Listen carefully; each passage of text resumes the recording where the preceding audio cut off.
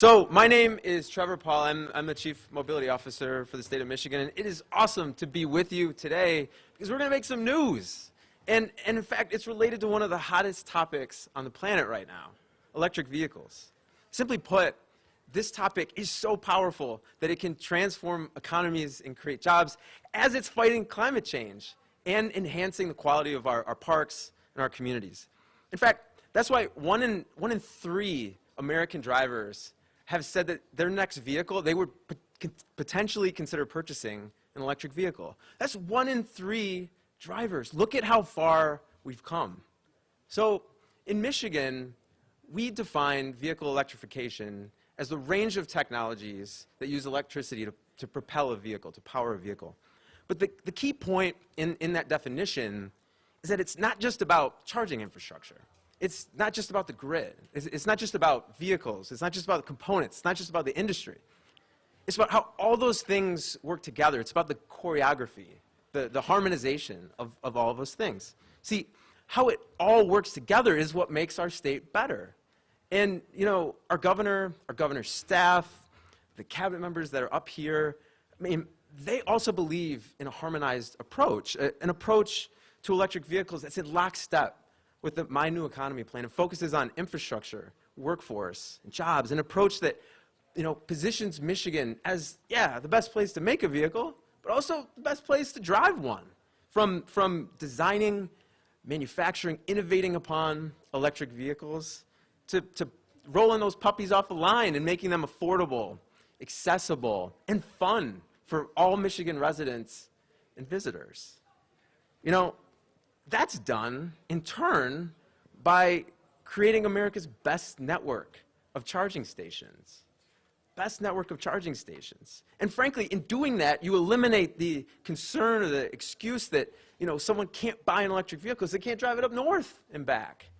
See, our approach, Michigan's approach, is as much about industry as it is about infrastructure, because how it all works together makes our state better. But there's some urgency here. The time to act is now. The future, the electrified future, is accelerating towards us. And that future is composed of right nows. So where do we begin? Well, Michigan needs to win on 3 fronts if we want to lead the world in electric vehicles. 1, charging infrastructure. 2, EV talent. And 3, EV industry growth. It's not enough to win 1. It's not enough to win 2. You got to win 3 because it's the harmonization. It's the choreography between those that creates the sustainable future that we want for all Michiganders. And frankly, it's the way to win the automotive industry in the 21st century. So I'm bringing it back. That's why we're here today, because we are addressing those 3 things with 3 real programs. And to tell us more about it, I just so happen to have the governor of the state of Michigan right here. So I'm proud and privileged to introduce Governor Gretchen Whitmer. Thank you. Thanks, Trevor. I always love following Trevor. He gets us excited. So thank you. I am so glad to be here, of course, with you, Trevor, and so many leaders in this space and partners as we move Michigan forward.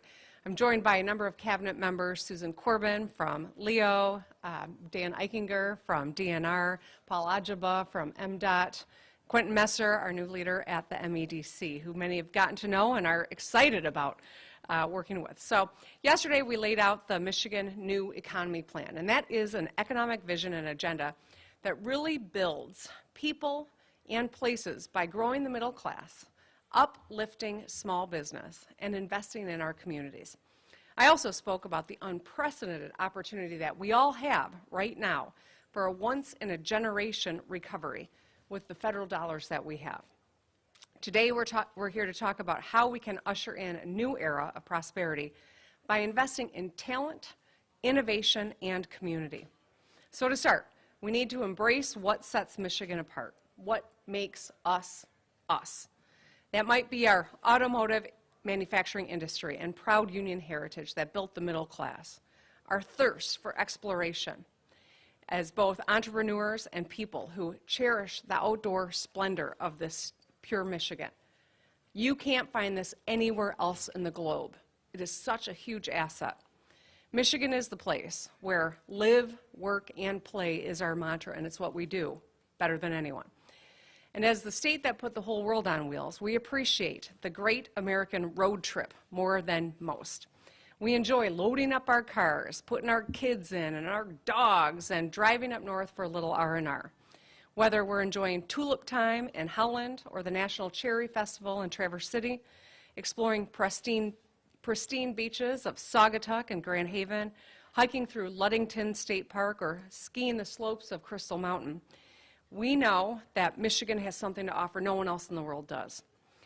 The sunset in Frankfurt, or the wineries in Berrien County, climbing to the top of Sleeping Bear Dunes. There's nothing like pure Michigan anywhere else. But just as the auto industry evolves to an electric, fuel-celled, propelled future, the way that people are traveling is changing as well.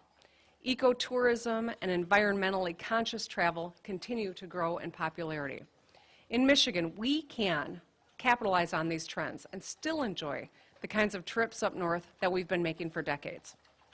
Imagine exploring all of these iconic destinations along the Lake Michigan shoreline, making memory with friends and loved ones. And now, imagine those same trips without having to pay a single cent for gas. It's an ambitious vision, yes. We outlined this in 2019 when I first took office. And I'm proud to announce that today, despite all the other things we've been navigating, we're taking the first step towards making this vision a reality by creating the Lake Michigan Electric Vehicle Circuit. What is the Lake Michigan Electric Vehicle Circuit, you probably want to know? Well, we're building out our charging infrastructure, and we're going to serve as the best new road trip for electric vehicle owners in America, charting a route along Lake Michigan with reliable charging options. So the circuit is going to entice residents and travelers to explore our incredible coastal communities and amenities while using clean energy, cutting pollution, and helping to protect our air and water while preserving the public lands that we love too. It will also save people money. Electric vehicles are far less maintenance than gas-powered cars, and charging a battery is cheaper than filling a gas tank. This circuit will tie together Lake Michigan's shoreline, our communities, tourism attractions like lighthouses, national and state parks, Main Street shops, restaurants, nationally recognized ski resorts and golf courses with reliable electric vehicle charging network to reduce that range anxiety and ensure that the fun doesn't stop. The Lake Michigan Electric Vehicle Circuit illustrates the innovative ways that we are working across state government with our private sector to advance Michigan's electric vehicle adoption. This is a combination of efforts by many departments in state government like MDOT, EGLE, MEDC, and the Office of Future Mobility and Electrification, collaborating so that we can get charging stations installed in communities and build on the phenomenal tourism centers along Lake Michigan. So the Lake Michigan Electric Vehicle Circuit will offer exciting attraction for out-of-state visitors from population centers like along Lake Michigan, like Chicago, Milwaukee. And of course, it'll create good-paying jobs in industries of the future. Best of all, today is just the beginning. We're going to be working with our neighbors, our neighboring Lake Michigan states, to work with us to ensure that the charging network doesn't end at the border. So let's talk about jobs. We know that the future of mobility will be electric, and when I think about what electric vehicles mean for Michigan, I think jobs, jobs, jobs. By making the right investments today, we can prepare our workforce for in-demand jobs today and, crucially, for jobs of tomorrow, the future of mobility and electrification right here in Michigan. As technology advances and the demand for more energy-efficient mobility solutions grow, our workforce skills and competencies need to grow as well. Right now, we're in the midst of a seismic transition in Michigan as we move forward the clean energy transportation future. We have to ensure that businesses and our workforce are ready to lead this transition. And that's why we're laser focused on making sure that our workers can access training and education they need to stay competitive in this new economy. So today, after forging many strategic partnerships with employers, educators, and a variety of stakeholders, I'm proud to announce the Michigan Electric Vehicle Jobs Academy. Yes, I heard you. What is the Michigan Electric Vehicle Jobs Academy? Well, we are going to equip our workforce with the specific knowledge and skill demands of the emerging mobility and electrification industry.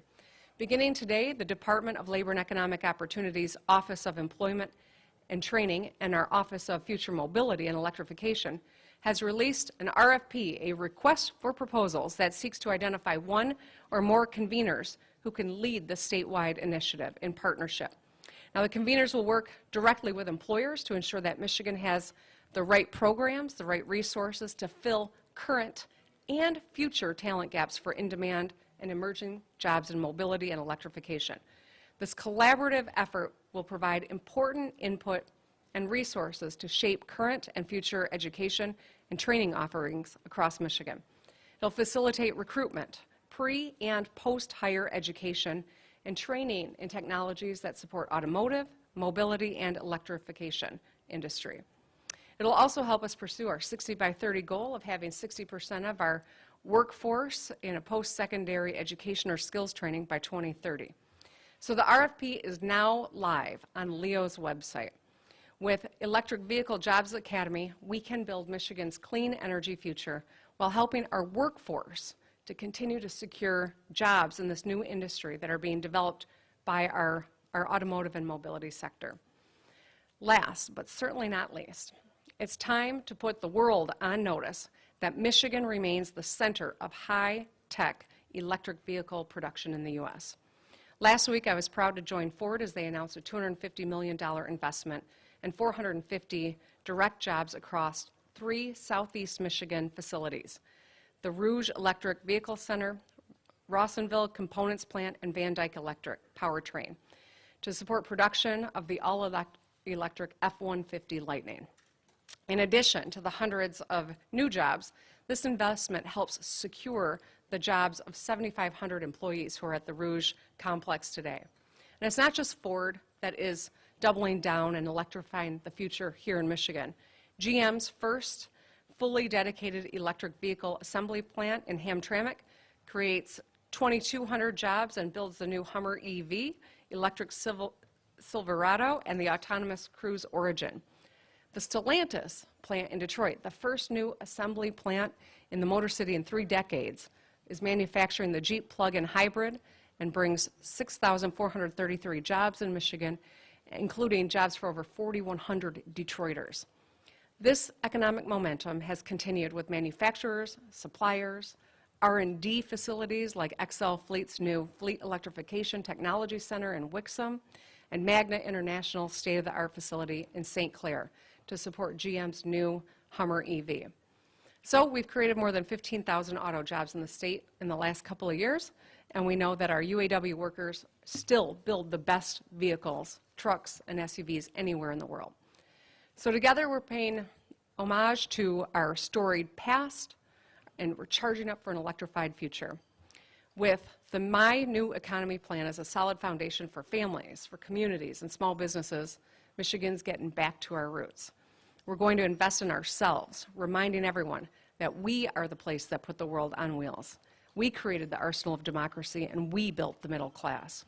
Today, we recognize that right here in Michigan, the future is being built by hardworking union men and women, innovative minds, and dedicated public servants across state government.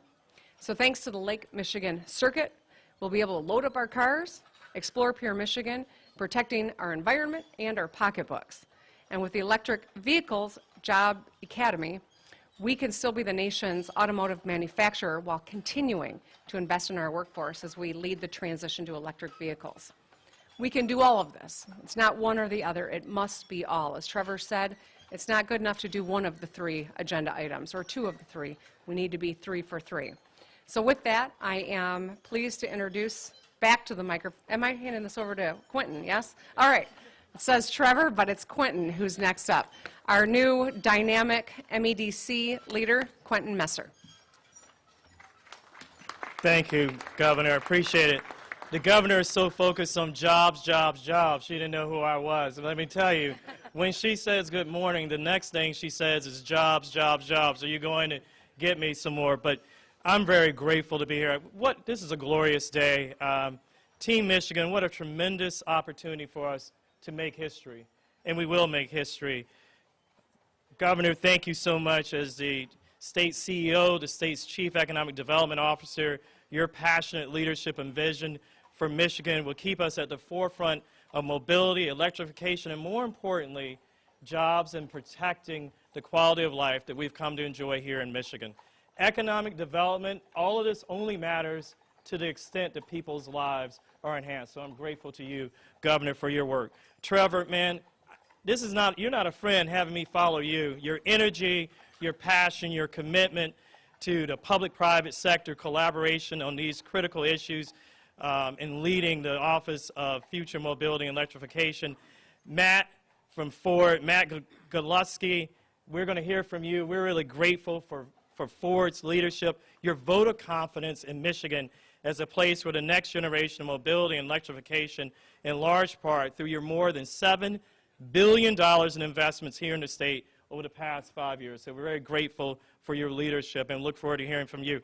And Jeff Donofrio from Business Leaders for Michigan for being a champion and a partner as we prepare Michigan's workforce and the business community not only to be competitive, but win in this electrified mobility future. Let me just say parenthetically, Michigan is serving notice. We've never gone anywhere, and the fear should be in the hearts of 49 other states and the Canadian provinces. We're serious about winning, and the governor has said in every meeting, we're going to move mountains to do so. So I'm so grateful to be here.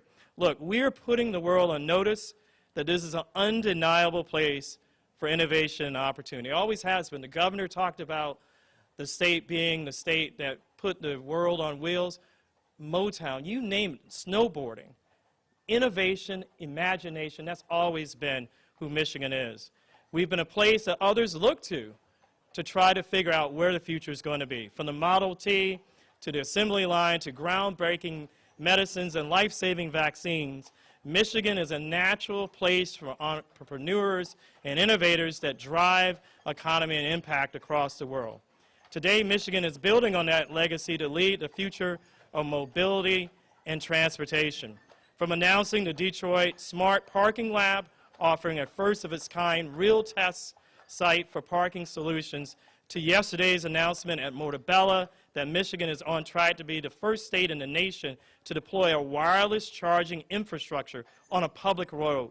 Congratulations, Governor. Congratulations to my dear friend, Director Paul Ajaba at MDOT and Trevor for pulling that off. Give it up for them. That's not something that's easy. Nobody else has done that. So Michigan is rolling up our sleeves and tackling the issues that will bring bear to the next generation of mobility and electrification solutions. And make no mistake about it, we're facing a seismic shift in the transition from the internal combustion engines to electric and fuel cell propelled vehicles. We must ensure that our businesses and our workforce are not only prepared, but also leading this transition when it comes to automotive and high-tech economic development. That's why it's so critically important to talk about the Learning Academy. It is a holistic approach that we are deploying here in Michigan. So today, we're doing that full court press. You've heard the governor talk about the Lake Michigan EV circuit. We're creating a workforce training program, Michigan Rev, that will fill critical positions today and keep Michigan workers on the job in the years to come. And we're building a championship economy where companies like Ford, GM, Stellantis, and others can come and continue to choose Michigan as the center of their EV R&D production. And I would be remiss if I didn't mention Pure Michigan and why it matters so much in an announcement about how we inspire AV adoption in this state. Our team at Travel Michigan has done an incredible job inspiring leisure travel throughout Michigan. I wish everyone could take a look at what I get to see as I look out. Spectacular. By growing opportunities for ecotourism in the state and providing EV owners from population centers in states like Chicago, Milwaukee, and elsewhere, the confidence that they can take a Pure Michigan road trip with full confidence that they will have access to charging station, we will continue to grow in an industry that contributes more than $26 billion to our economy. It also remains critical we keep in mind why these groundbreaking industry innovations really matter. It matters because the lives of 10 million plus Michiganders are going to be better as a consequence. All the people standing here, part of Team Michigan today, are taking a coordinated approach to making electric vehicles more affordable, more convenient, and more importantly, built right here in Michigan. And we know this isn't the only thing we need to do. We need to win the next battery plant, the next semiconductor wafer manufacturing facility, and trust and believe we're making a strong case for Michigan to win all these deals on all these fronts. But today is getting us further down the road toward a sustainable and carbon-neutral future that will be vital to creating opportunities for our children and grandchildren. We all know we can't do this alone. This is a team approach, and this is why we're so grateful for both our public and private partners that work with us to make this future a reality. What I'm most pleased is about the risk-taking companies that have transformed Michigan. Ford is one of those. I'm pleased to introduce Matt Godlewski to discuss Ford's continued commitment to create jobs and the vehicles of the future right here in Michigan. Thanks, Matt. Thanks, Quentin. My name's Matt Godlewski. I'm the Vice President of Government Relations for Ford Motor Company. Governor, thanks for bringing us all together today. This is a great news for the state of Michigan, and this announcement is exciting and really is going to enhance Michigan's efforts at to help us on the road for an electrified future. Just last week, the governor mentioned she was with us at the Ford Electric Vehicle Center at the historic Rouge complex in Dearborn, and we had an exciting day there. And the intent was to celebrate the first F-150 electric vehicles, the pre-production models that were rolling off the line. And so this has been America's best-selling truck for 44 years. So electrifying the F-150 really solidifies our commitment to an electrified future. Our investment there was really around $250 million and creating 450 new jobs in Southeast Michigan. So this was not only at the Rouge, but also at the Van Dyke Electric Powertrain Center and the Rawsonville Components Plant. The Components Plant will assemble the batteries for the F-150 Lightning, and the Van Dyke Powertrain Center will build even more e-motors and e-transaxles that will go into the accelerated production. These new investments and these added jobs will allow us to increase the F-150 Lightning production made by our UAW partners.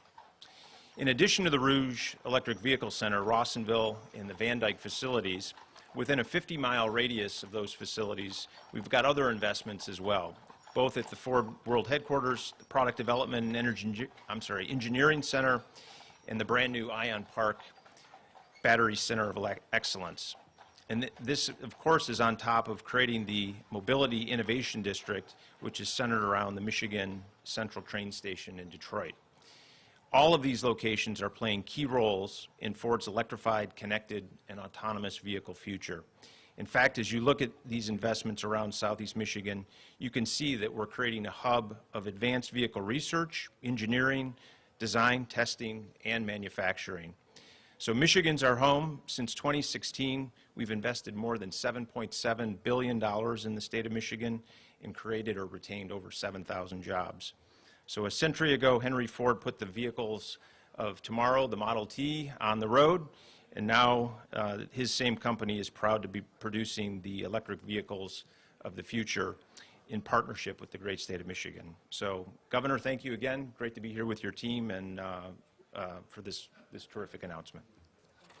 I'll turn it over to Jeff Donofrio, the CEO of Business Leaders of Michigan. Thank you, Governor. Thank you, Matt, Trevor. You know, I think it's fitting that we're here on Mackinac Island, which reminds us of the history of transportation and mobility and how far we've come, and how this state has really transformed not just industry, not just manufacturing, but the globe. How we get around, how we connect with people, what opportunities are available to us. I mean, this country is knitted together by the fact that we have automobiles that can get us anywhere in just a few hours. So it is, again, fitting that we're here to talk about the next change, the crossroads that we're at, where we can choose a path here as Michigan and try to innovate and try to be the leader and continue to be that leader of global mobility. But it's going to take all of us working together, and that's why I'm so glad I'm here with all of the partners, whether it's Dan, whether it's Paul, whether it's Susan, whether it's our good friend Quentin, who's going to make sure that we win every job out there, right, Quentin? Exactly. All right, good. So, I think what we've seen is that the state is undergoing a shift, our economic shift in both workforce and the way that we do business, and then of course in the vehicles that we produce. There's a lot at stake here. In Michigan, there's 46,000 jobs that are directly related to the production of internal combustion engine drivetrain. If you look at the multiplier in those jobs, that means 170,000 jobs here are supported by that activity. So how we make sure that these workers, that these facilities, that these companies are able to make the transition, because we know that in 10 years, our auto companies are talking about 30 to 40% of their new vehicle sales being electrified. So we have got to win that transition, and I know that this team up here and the governor is committed to making sure we do that. As Matt said, really the engines or the vehicles that were rolling off the assembly line back when Henry Ford was constructing his first vehicles in Highland Park and Detroit, they really were powered by the same engine. They were powered by the same equipment. But so that innovation that we want to drive, the new companies we want to create, the activity that we want to make sure that we're leading in terms of our infrastructure. The governor and I talked about for a long time being able to take a trip around Lake Michigan in an electrified vehicle, and I'm glad to see it's finally potentially coming to fruition here. So we've made some progress on that front of trying to make the transition. So 40% of Michigan's auto assembly plants have an announced electric vehicle product. That's great news. And I know we're going to get a whole bunch more on that too, and we're going to see those battery plants popping up throughout the state. Now, making sure that we have the right motivated, trained, and best-in-class workforce is going to be critical to making sure that individuals here who are working in the auto industry, the 290,000 people here who are employed somehow directly by that auto industry, are able to take those good-paying jobs of the future, and that we're able to attract the employers that are looking right now from around the globe. I was in Israel with the governor and a whole bunch of other folks a few years ago. And what we heard is that those companies that are creating the new technologies that are just lighting the world on fire, they want to come right here to Michigan to make sure, because they know that if they can put one of their technologies, one of their products on one of our vehicles, that's going to democratize that technology. It's going to get it out to the people, and it's going to make it so that the world can enjoy that innovation. So I'm really excited to hear about the academy that's going to be launched, making sure that we have a really talented workforce, that the employers themselves are going in and designing that training. Because the last thing we want in this state is to put train and pray initiatives in place. Right, Stephanie Beckhorn? Yes, we know it. It's got to be, we have to train people for the jobs that are going to be there, and they have to understand exactly what is necessary to be competitive. So, again, Governor, thank you for your continued leadership. To everyone on stage here, appreciate the partnership, and we look forward to making sure Michigan remains the center of mobility. I'm going to turn it right back to Trevor, and we'll go into Q&A. So as excited as I am about these projects, I'm also very excited to feel the sun. So I'm hoping you guys are taking that in right now. It's a small army that made this happen. I see Stephanie Beckhorn, Michelle, Tiffany Brown, Paul, your team. It's really the best in the game team that made this come to life. So you're probably super fired up right now. And you're probably like, where do I find more information? Well, I have an answer. So you can visit www.michiganbusiness.org/mobility. And with that, Governor, I will turn it over to you for questions. All right, thank you. All right, I have time for a few questions. Yes? With this charging network, do you know when you're expecting the first part of it to come online and what the source of funding is? Who wants to talk about the RFP process? Trevor? Yeah, I can. All right. Yeah. So the process itself will run through a pre-existing program. We shouldn't need to create a new program for this. The EGLE, the Department of Environment, Great Lakes and Energy, their Charge Up Michigan program is already best in class. So as of today, we'll begin a multi-phased approach. Phase 1 will focus on a feasibility study that defines things like use cases, energy considerations, public-private partnerships, financial models, the route. And at that point, once we finish that feasibility study, that's when the hard work begins of installing the stations in the places that need them most. And that's considering, high summer utilization, but also some of the winter constraints. that we have. The charging infrastructure will be a mix of DC fast chargers, which typically charge a vehicle between 20 and 30 minutes, and level 2 chargers, which can take 3 to 8 hours depending on where you're at, which works if you're going for a hike. The timeline for it begins today, and the goal would be to move as fast as possible and to tie it into all other things going on with federal dollars and other charging infrastructure related activities. So, yeah, thank you. Does as fast as possible have a target date for beginning and having it wrapped up? Yeah. So we'll begin the feasibility study essentially this week, today. Oh, starting installations. I don't want to give a timetable on the feasibility study because there are a lot of variables that we need more detail around. But this is something that I want to see next year be something that impacts families in a real way, where you and your family can begin to plan your EV road trip. And ideally, I'd like to begin conversations with Indiana and Illinois and Wisconsin as quickly as possible so we can turn that circuit into a loop. So. About the budget. Now we have the language of the budget. It's public, and we know that there's language there that prohibits mask mandates. Also, it sounds like vaccines cannot be a condition for employment with the state government. Was that language negotiated with you, or did it came as a surprise? And also, back to my question from yesterday, you kind of know that line. As soon as I saw you, I knew this was coming. So I'll say this. We negotiated all the budget items that are reflected in that budget. We agreed on the vast majority of them. Some we still don't see eye to eye on. That's okay. The legislature is doing their work this week. They're going to send it to us. As soon as it comes, we will do our task of going through line by line of the budget to see what is enforceable, what might not be enforceable, and then I will do my action and get it signed and make some changes if necessary. So there are going to be a very clear look at some of that language. Well, Rick, you've seen me do it, so yeah. I would love to know what you guys were laughing about a minute ago. You'll have to clue us in. It wasn't me. All right. Well, that's good. Then I really want to know. Okay. Can you comment about the situation at East Point Middle School, which has had to shut down for a week because of a teacher shortage? And do we know how many other schools may be on the verge of having a critical teacher shortage, and can the state do anything about it? Nancy, I appreciate the question. I would like an opportunity to get back with you so I can give you a little more thoughtful response. Certainly, our goal is to get kids in the classroom and keep them in the classroom throughout the school year. I know as a parent, you asked me a lot of pointed questions about masks and how important it is to keep our students safe. That is our absolute top priority. I'm grateful that over 60% of our students are in districts that have required that.